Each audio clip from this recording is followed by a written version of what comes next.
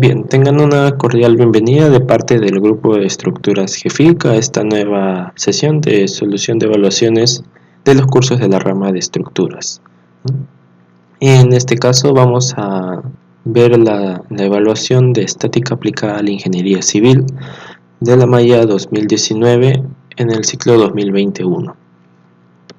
Vamos a solucionar la práctica número 1 y mi nombre es Efraín Villegas y estaré a cargo de esta evaluación. Bien, la pregunta 1 nos dice, dado el sistema de fuerzas que se muestra en la figura, tal que F1 es igual a 6i más 3j newtons, acá vemos la fuerza F1, aplicada en 8,2 metros, ¿no? Este es el punto de aplicación. Igualmente F2 nos da el valor de 10j newtons, aplicada en 5,3 metros. Y nos da un momento de 30 newtons por metro, que en el gráfico vemos que tiene sentido horario, por lo tanto estaría en dirección opuesta, ¿no? En sentido opuesto al vector unitario K, por lo tanto sería menos 30K newtons por metro.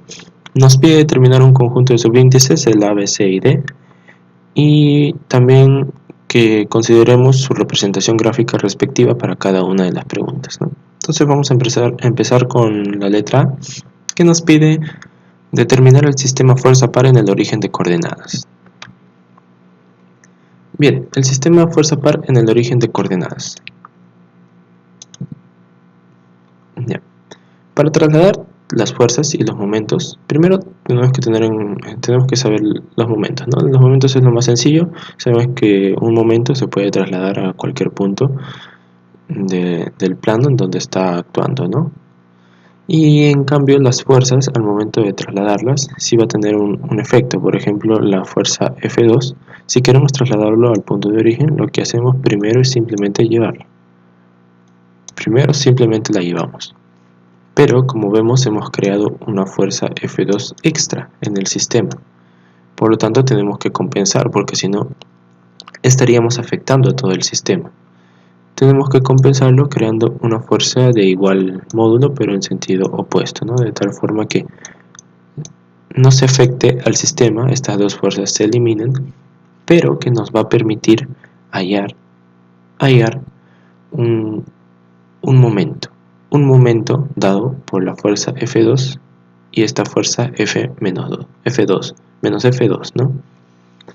Entonces nosotros conocemos que para hallar un momento tenemos el denominado par, ¿no?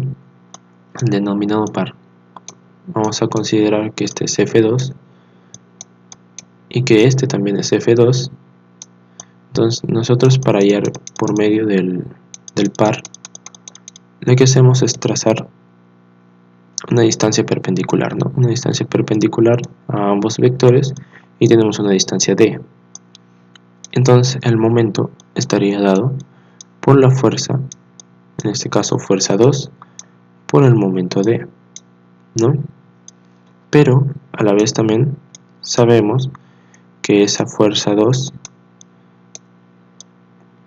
y esta otra fuerza F2 no necesariamente solo se puede calcular con esta distancia D, sino que podemos tomar algún punto de aplicación de esta fuerza y trazar un vector posición hacia otro punto de aplicación de la fuerza F2, ¿no? Este es el denominado vector posición y nuestro momento vectorial, expresado de forma vectorial, va a estar dado por la multiplicación vectorial, el producto vectorial, perdón, entre el vector posición y la fuerza F2, ¿no? Entonces eso es lo que tenemos acá. Nosotros podemos trazar un vector posición desde el origen, porque es a donde queremos trasladar las fuerzas. Podemos trazar un vector posición desde el origen hasta el punto por donde pasa F2, ¿no? Que bien nos indica que es 5,3. Entonces este vendría a ser nuestro vector posición, ¿no? Y esta es la fórmula que vamos a utilizar para hallar el momento, ¿no? Entonces nosotros sabemos que al trasladar la fuerza F2, además de ser trasladada la fuerza, se va a generar un momento, ¿no? Y ese momento va a estar dado por el producto vectorial del vector posición y la fuerza F2. Lo mismo va a pasar para F1, ¿no? Entonces nos va a quedar dos momentos, un momento generado por la fuerza F1 y otro momento generado por la fuerza F2, y además de este momento, que es un momento en dirección opuesta, en sentido opuesto a estos dos vectores, ¿no? Que este momento, como sabemos, lo podemos trasladar fácilmente hacia aquí. Bien, entonces una vez que ya tenemos eso, podemos hallar la sumatoria de todos los momentos, ¿no? De todas las fuerzas. Primero, esta parte de aquí, que viene a representar el vector posición que va desde el origen hasta este punto de aquí, 8,2, es el 8i más 2j, producto vectorial con la fuerza F1, ¿no? Y el otro viene a representar el vector posición que estábamos viendo, que es el 5i más 3j, producto vectorial con la fuerza F2, ¿no? Y este de aquí representa simplemente el momento C, que ya lo teníamos dado en el sistema. Vamos a operar todo este procedimiento y nos va a quedar que la sumatoria de todos los momentos de las fuerzas F sub i con respecto al origen va a ser de 32K, ¿no? O también se representa usualmente como un giro antihorario, positivo de 32 newtons por metro, ¿no? Entonces ya tenemos el momento, la sumatoria de todos los momentos de las fuerzas F sub i con respecto al origen. Este ya se traduce en un solo momento que está ubicado en el punto O, ¿no? Entonces, una vez que ya tenemos todos los momentos en el punto O, lo que pasa es que también vamos a tener la fuerza F2 y la fuerza F1 en el punto O.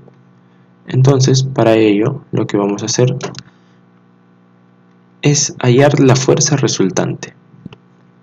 La fuerza resultante en el origen va a estar dada por la sumatoria de todas las fuerzas F sub i. Como solo tenemos la fuerza 1 y la fuerza 2, pues simplemente vamos a sumar estas dos fuerzas, ¿no? Obviamente lo vamos a sumar vectorialmente y nos va a quedar que la fuerza resultante es 6i más 13j. Por lo tanto, su módulo va a ser 14,318 newtons y la tangente de θ, que es un dato que a veces nos piden, el ángulo en sí nos piden a veces, la tangente de θ va a ser 13 sobre 16 y el ángulo va a estar dado por 65,225 grados. Y esta sería su representación gráfica, ¿no? Esta sería su representación gráfica donde vemos el momento total, que es 32 newtons por metro. Este momento representa a estos dos momentos que se generaron por F1 y F2 y a la vez este momento de aquí, ¿no? Que es negativo. Nos queda un solo momento y una sola fuerza, que es la fuerza resultante, ¿no? Que está dado justamente por estas dos fuerzas de acá, la fuerza F1 y la fuerza F2, que fueron trasladadas al origen. ¿Qué nos quiere decir esto? Que todo este sistema de fuerzas que está aquí se puede reducir a este sistema de un momento y una fuerza, o como se le denomina, fuerza y par, ¿no? Bien, la pregunta 2 nos pide determinar el sistema de fuerza única. Esto nos quiere decir que ese momento que está ahí tenemos que eliminarlo, o tenemos que buscar la forma de que no aparezca ese momento, de que solamente tengamos una fuerza única, como bien nos dice ahí. Entonces, para eso tenemos que conocer nuestros datos que hemos hallado, el vector de la fuerza resultante y la sumatoria de todos los momentos F sub i con respecto a o el momento, vamos a denominarlo, el momento total. Entonces lo que vamos a hacer es buscar un punto en el plano de tal forma que se genere un momento que sea de módulo igual al momento total, pero en sentido opuesto. ¿Qué genera esto? Que se eliminen esos dos momentos y nos quede solamente una fuerza única. Una fuerza única que ya no va a estar aplicada en el origen, sino en un punto, en el punto donde se cumple esa condición, ¿no? ¿Cómo hallamos ese punto? Ponemos un x dirigido en el vector unitario i. y hacemos el producto vectorial con la fuerza resultante, ¿no? Sabemos que este vendría a ser en sí el vector posición. Este vector posición tendría que cumplir, ¿no?, con indicar el punto donde se va a generar un momento de 32 newtons por metro, ¿no? Entonces, al hacer este producto vectorial, sabemos que y por y se va a eliminar, entonces nos va a quedar y por j, que es k, y 13 por x. Entonces vamos a tener que el valor de x va a ser 2,462 metros, ¿no? ¿Qué quiere decir esto? Que a una distancia de 2,462 metros en dirección del eje x, vamos a generar un momento en sentido opuesto al momento total, pero de igual valor, ¿no?, de 32 newtons por metro, de tal forma que se va a eliminar y vamos a obtener solamente una fuerza, ¿no? Aquí tenemos la representación gráfica, ¿no? Justamente lo que habíamos movido era esta fuerza resultante a este punto, ¿no? Y para moverlo a este punto sabíamos que teníamos que crear otro momento para no afectar el sistema, y se va a crear un momento par, ¿no? Y ese momento par tiene que cumplir con ser de igual valor a este, pero en sentido opuesto, ¿no? Entonces solamente nos quedaría esta fuerza aplicada en este punto, que está ubicado a 2,462 metros del origen en dirección del eje X, ¿no? Y esto lo que nos indica es que todo el sistema de fuerzas se puede reducir a esta única fuerza aplicada en este punto, ¿no? La parte C nos pide determinar la ecuación de la línea de acción de la fuerza. Entonces, para hallar la línea de acción de la fuerza tenemos que tener una condición. Nuestra condición va a ser hallar todos los puntos en el plano XY, tal que la fuerza resultante tenga un momento de 32K newtons por metro con respecto al origen, ¿no? Tenemos que hallar todos esos puntos, y esos puntos nos van a dar la recta. Entonces, para hallar los puntos en ese plano tenemos que considerar un vector que nos indique esos planos, y el vector que vamos a considerar va a ser el XY más el YJ, ¿no? Porque no conocemos cuáles son esos valores. Este vector nos va a indicar los puntos en el plano XY que cumplan con la condición dada. Entonces, como va a ser un vector que va a ir a un punto por donde pasa la fuerza resultante, lo que tenemos es un producto vectorial, ¿no? Producto vectorial de este vector y la fuerza resultante, que nos tiene que cumplir la condición de formar un momento de 32K, ¿no? Hacemos este producto vectorial y nos va a quedar esta ecuación donde se repite el vector unitario K, y podemos simplemente sacarlo y nos va a quedar una ecuación geométrica para una recta, ¿no? Una recta en el plano.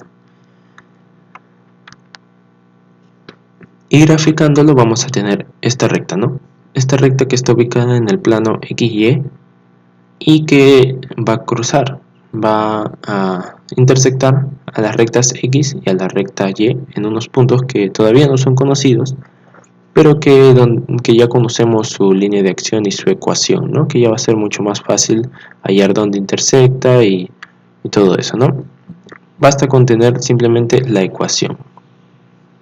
Entonces, en nuestro vector fuerza resultante va a actuar en esta línea de acción, ¿no? También podríamos hallarlo de forma vectorial, ¿no? Pero como no nos especifica, simplemente lo hemos hallado de esta forma. Y por último, la parte D nos pide la intersección justamente de esa línea de acción de la fuerza única con los ejes coordenados del plano XY, ¿no? Entonces nosotros conocemos ya nuestra ecuación, que es 13x menos 6y es igual a 32, y vamos a intersectarlo primero con el eje X. Para eso tenemos que hacer y igual a 0. Reemplazamos 3x menos 6 por 0 es igual a 32 y nos va a quedar que el valor de x es 2,462, ¿no? En unidades sería metros también. Por lo tanto, el punto 1 va a ser el 2,46,0,0, ¿no? Y la intersección con el eje Y va a ser de la misma forma, pero con x igual 0, y reemplazando en la ecuación nos va a quedar que Y es igual a menos 5,333, ¿no? Y tenemos aquí el punto 2. Por lo tanto, hemos hallado únicamente las intersecciones, ¿no? Es el único dato que nos pedía aquí y hemos hallado. Entonces, ¿qué nos quiere decir todo esto? Que todo ese sistema de fuerzas que veíamos a un inicio se puede reducir a una fuerza resultante que pase por el punto 2,46,0,0, ¿no? Y cuya línea de acción está dada por la recta 13x menos 6y igual a 32, ¿no? Y esta recta cruza con el punto, perdón, intersecta a x en el punto P1 y intersecta a y en el punto P2, ¿no? Y listo, esa sería la solución de la pregunta número 1. En el siguiente video vamos a ver la solución de la pregunta número 2 de este mismo examen. Muchas gracias.